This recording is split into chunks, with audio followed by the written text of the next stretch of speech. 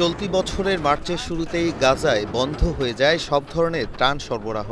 আন্তর্জাতিক সমালোচনার মুখে মে মাসের শেষ দিকে জাতিসংঘ সহ আন্তর্জাতিক দাতব্য সংস্থাগুলোকে বাদ দিয়ে যুক্তরাষ্ট্রের অর্থায়নে গাজা হিউম্যানিটেরিয়ান ফাউন্ডেশন নামে সংগঠন করে সীমিত আকারে ত্রাণ বিতরণ শুরু করে ইসরায়েল।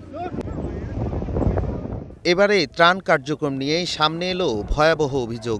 বিতর্কিত জিএইচএফের বিতরণ করা কিছু আটার বস্তায় পাওয়া গেছে আফিমজাত শক্তিশালী ওষুধ অক্সিকোডন। এই ওষুধ শুধুমাত্র গুরুতর ব্যথা নিরাময়ে ব্যবহার হয়, তবে এটি মারাত্মক আসক্তিকর এবং নিয়ন্ত্রণহীন সেবনে দেখা দিতে পারে শ্বাসকষ্ট, হ্যালুসিনেশন, অজ্ঞান হয়ে পড়া, এমনকি রয়েছে মৃত্যু ঝুঁকিও।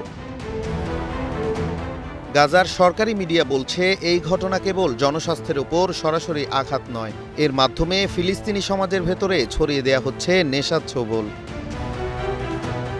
একই সঙ্গে অভিযোগ উঠেছে জিএইচএফ পরিচালিত ত্রাণকেন্দ্রের আশেপাশে ফিলিস্তিনি বেসামরিকদের ওপর সরাসরি গুলি চালানো হচ্ছে, যেখানে গত এক মাসেই প্রাণ হারিয়েছে প্রায় ৫ শতাধিক মানুষ।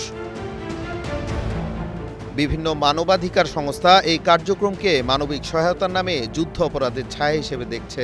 এই বিতর্কিত ত্রাণ কার্যক্রম ঘিরে সমালোচনার কেন্দ্রে রয়েছে যুক্তরাষ্ট্রের প্রত্যক্ষ অর্থায়ন ও ইসরায়েলের সেনা নিয়ন্ত্রিত কাঠামো। Nazmul Hasan, star news.